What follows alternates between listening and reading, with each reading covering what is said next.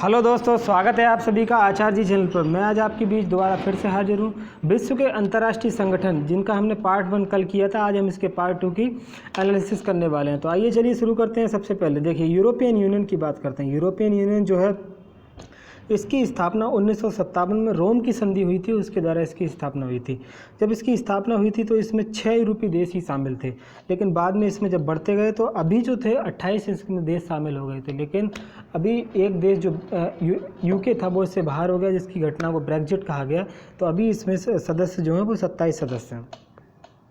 ये देखिए, European union के जो देश सदस्य हैं वो ये आप देख सकते हैं। मैं इसका मैप लेके आया हूँ आपको। पूरे यूरोप के जो भी देश हैं यूरोपियन यूनियन के, इसका उद्देश्य सिर्फ इतना सा है कि एकल बाजार, इतने जितने भी यूरोपियन यूनियन में देश शामिल होते हैं, इन सब में जो बाजार होता है वो ट्रेड फ्री, इसमें जो एक देश से दूसरे देश में जो सामान भेजा जाता है उस पर जो है उत्पाद शुल्क नहीं लगाया जाता है।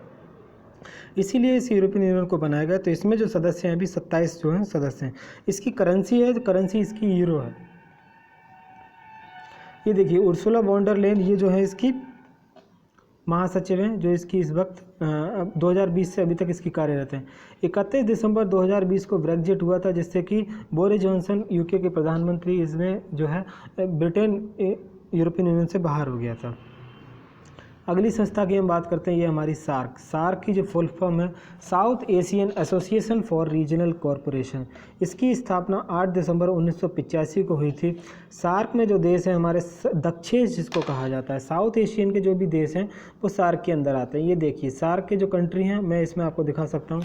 सबसे पहले अफगानिस्तान, इसके नीचे ये खच्चर कंट्री जो है पाकिस्तान है, इंडिया है इसमें, नेपाल, भूटान, बांग्लादेश और श्रीलंका। ये जो है इसमें 8 देश इसके सदस्य हैं, और मालदीव भी इसका एक सदस्य है। मालदीव जो आप देख सकते हैं। तो इसका जो स्थापना हुई थी वो 8 दिसंबर 1985 को मैंने बताया।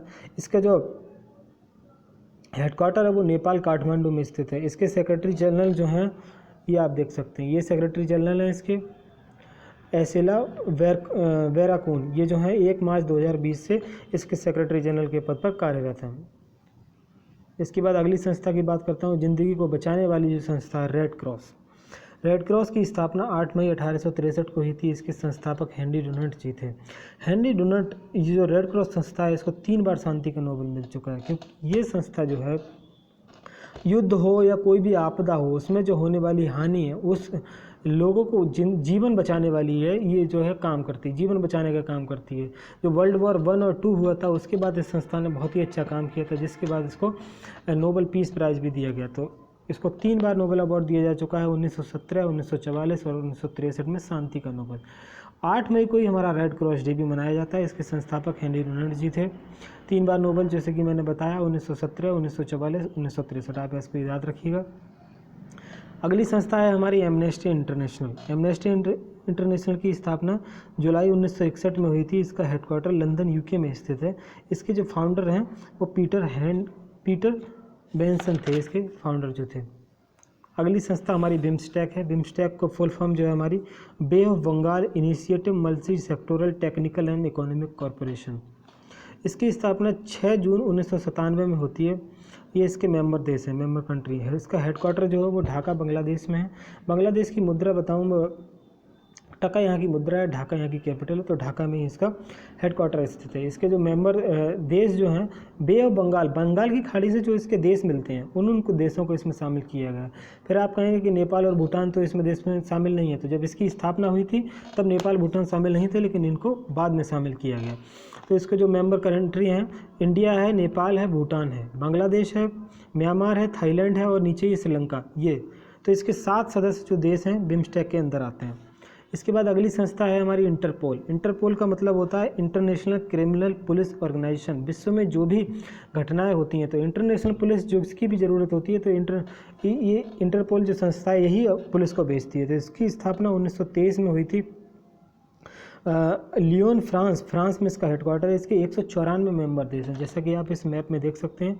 194 इसके देश जो हैं वो कंट्री हैं। और प्रेसिडेंट की इसकी मैं बात करूं तो किम जोंग यंग है। किम जोंग उन नहीं है जो कि नॉर्थ कोरिया के तानाशाह, वो नहीं है। किम जोंग यंग इसके प्रेसिडेंट हैं। अगली संस्था की मैं बात करता हूँ नाम, जो कि नॉन अलाइंड मूवमेंट। द्वितीय विश्व युद्ध के बाद जो विश्व था वो दो गुटों में विभाजित हो गया। एक तो था अमेरिका गुट, दूसरा था रशिया गुट। इनके बीच कोल्ड वॉर चला। कोल्ड वॉर काफ़ी दिनों तक चला। कोल्ड वॉर जब ख़त्म होता है 1991 में यूएसएसआर जो है टूट गया, उसी के साथ कोल्ड वॉर जो है ख़त्म होता है। तो इसमें जब गुटबाजी चल रही थी, एक तरफ अमेरिका गुट हो रहा था, एक तरफ रूस का गुट हो रहा था, उस वक्त हमारे भारत के प्रधानमंत्री पंडित जवाहरलाल नेहरू ने कहा कि हम किसी भी गुट में नहीं रहेंगे। तो उन्होंने गुट निरपेक्षता की नीति अपनाई, नॉन अलायंस मूवमेंट। जब ये स्टार्टिंग में स्टार्ट किया गया था तो इसमें भारत इसका सदस्य था, कुछ ही देश इसके सदस्य थे, लेकिन इसके समय के साथ साथ इसमें बहुत सारे देश जो हैं सदस्य होते चले गए।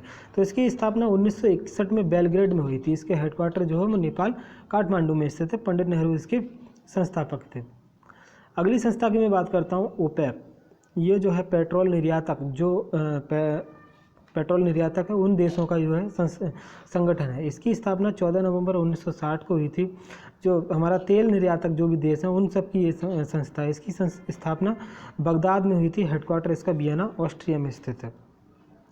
इसके बारे में एक बात मैं बताऊं, 1 जनवरी 2020 को इक्वाडोर, जो कि साउथ अमेरिका का कंट्री है, जैसे ये आप देख सकते हैं इक्वाडोर मैंने ग्रीन कलर में दिखाया हुआ है, ये 1 जनवरी 2020 को इक्वाडोर ओपेक की संस्था से बाहर हो गया था। भारत में जो सप्लायर की मैं बात करूं तो सबसे ज़्यादा जो तेल निर्यातक है, भारत सबसे ज़्यादा तेल जिस देश से मंगाता है वो हमारा इराक नंबर 1 पे है।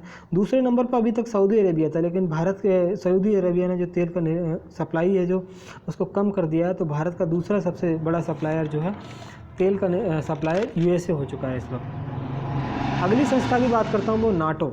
नाटो का मतलब है North Atlantic Treaty Organization. NATO एक ऐसे देशों का संगठन है जिसमें जो भी देश इसका सदस्य हो जाता है, उन देशों के सदस्यों में अगर किसी पर भी किसी तरह का हमला होता है तो वो सभी नाटो के देश सदस्यों पर हमला माना जाता है। तो इसकी स्थापना 4 अप्रैल 1949 को हुई थी। हेडक्वार्टर इसका ब्रुसेल्स बेल्जियम में स्थित है। सामूहिक सुरक्षा की जो व्यवस्था है वो इसका उद्देश्य है एक तरीके का। अगर एक पर हमला होता है तो सभी पर हमला माना जाएगा। मेंबर इसके 30 देश हैं, इसके मेंबर हैं, जैसा कि ये जो ग्रीन कलर में दिखाई दे रहे हैं यह इसके नाटो के सदस्य हैं। अगली संस्था की मैं बात करता हूँ G7। G7 जो है हमारे 7 ग्रुप ऑफ 7 देशों का सदस्य है। पहले ये G8 हुआ करता था, रसिया इससे बाहर हो गया, फिर ये G7 बचा। G7 के जो सदस्य हैं वो आप यहाँ मेंबर देख सकते हैं। इसकी मैं ट्रिक आपको बताऊँ, जूस विद G, साथ जूस। तो इसकी स्टार्टिंग से मैं बताऊं, जे से आपका जापान हो जाता है, यू से यूएसए हो जाता है, आई से इटली, सी से कनाडा और ई से आपका इंग्लैंड और जी से आपका जर्मनी, एफ से फ्रांस हो जाता है। तो 7 देश हैं, आप इसको आसानी से याद रख सकते हैं। 7 देश इसके सदस्य हैं। अगर इसकी मीटिंग की बात करूं तो 45वां जो समिट हुआ था इसका 2019 में, वो फ्रांस बियारेट्ज में हुआ था। भारत इसका सदस्य नहीं है, हालांकि भारत को इसमें आमंत्रित किया गया था। प्रधानमंत्री मोदी जी इसमें गए भी थे। 2020 का 46वां समिट जो है इसका कैंसिल हो गया। 2021 का जो 47वां समिट होगा वो यूके में होगा। प्रधानमंत्री मोदी जी को बोरिस जॉनसन जो यूके के प्रधानमंत्री हैं, इन्होंने प्रधानमंत्री मोदी जी को आमंत्रित भी किया है। अगली संस्था की बात करता हूँ, ये है हमारी G20। G20 है हमारा ग्रुप 20। इसकी जो स्थापना है वो 26 सितंबर 1999 को हुई थी। तो जब इसकी स्थापना हुई थी तो इसमें वित्त मंत्रियों की बैठक हुआ करती थी। बाद में 2008 में इसमें राष्ट्राध्यक्षों की बैठक होने लगी। इसका कोई भी हेडक्वार्टर नहीं है, मैं आपको बता दूं। इसमें 19 देश हैं और एक इसमें यूरोपियन यूनियन शामिल है। इसके अगर मैं समिट की बात करूं तो 2019 का जो समिट था वो ओसाका जापान में हुआ था। 2020 की जो आपातकालीन इसकी बैठक थी वो सऊदी अरब में बुलाई गई थी। 2021 की बैठक जो है इटली में होगी। 2022 की बैठक इंडोनेशिया में होगी। याद रखने वाली चीज़ इसमें यह है कि 2023 की जो G20 की बैठक है वो इंडिया में होने वाली है। थैंक यू दोस्तों, goodbye, have a nice day.